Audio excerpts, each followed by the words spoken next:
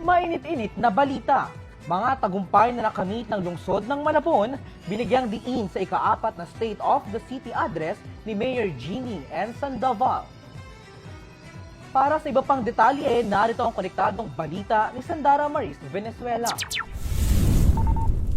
Sa City address ni Malabon City Mayor Jeannie N. Sandoval ay may temang mas matatag na Malabon, pinalawak na oportunidad, pinabilis na pag-unlad. Sa talumpati ng alkalde, kanyang inilahad ang mga naging bunga ng Lucky 9-Point Agenda, mga accomplishment at benepisyo na natanggap ng mga Malabueño. Kabilang dito ang pagpapalago ng ekonomiya at pagdaragdag ng mga oportunidad at trabaho at ang pagbibigay ng mga livelihood package sa mga kwalipikadong benepisyaryo. Sumentro din sa talumpati ang pagpapahalaga ng lungsod sa dekalidad na edukasyon, lalo na nang nakamit ng City of Malabon University ang institutional recognition mula sa CHED. Pinaigting din ang kalusugan ng mga Malabueño sa pamamagitan ng mga high-tech machines sa mga ospital sa Malabon tulad ng Usmal at San Lorenzo Ruiz.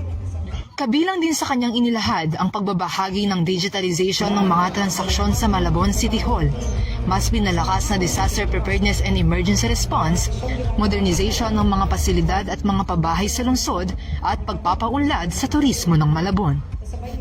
Nagkaroon din ng awarding para kay Mayor Sandoval bilang rank 1 top performing mayor sa National Capital Region. Sa pagtatapos ng SOCA, inanunsyo ni Mayor Jeannie na magkakaroon ng ikatlong tranche ng Malabon Ahon Blue Card ngayong July 29, 2026 mamayang 5 p.m. Ito ay bilang suportang pinansyal para sa mahigit 93,000 na pamilyang Malabueño. Lalo natin paigtingin ang mga programang pangkalusugan sa pamamagitan po ng dagdag na mga equipments, pagiging level 2 ng ating OSMAL at syempre sa ating pong programang pang-edukasyon, dadagdagan po natin ang mga school buildings, ang mga classrooms. Napakarami po natin mga programa, lalo natin paigtingin ang Blue Card. Mas marami pa pong makikinabang, mas sa muli. Ang tagumpay po natin dito sa Malabon ay hindi lang po para sa akin, kundi para sa bawat Malabueño. Tayo po ay sama-sama kapit-bisig tungo sa pag-unlad ng ating bayan ng Malabon.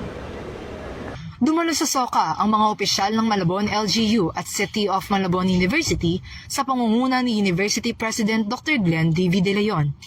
Unang-una sa lahat, nagpapasalamat kami sa buong suporta ng ating lokal na pamahalaan sa pangunguna ng ating Mayor, Jeannie N. Sandoval at ang ating City Administrator.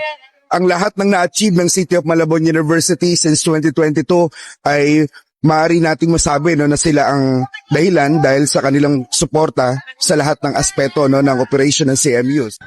Ako si Sandara Maris Venezuela ng Scholar Connect, naghahatid ng mga balitang scholar para sa mga scholar.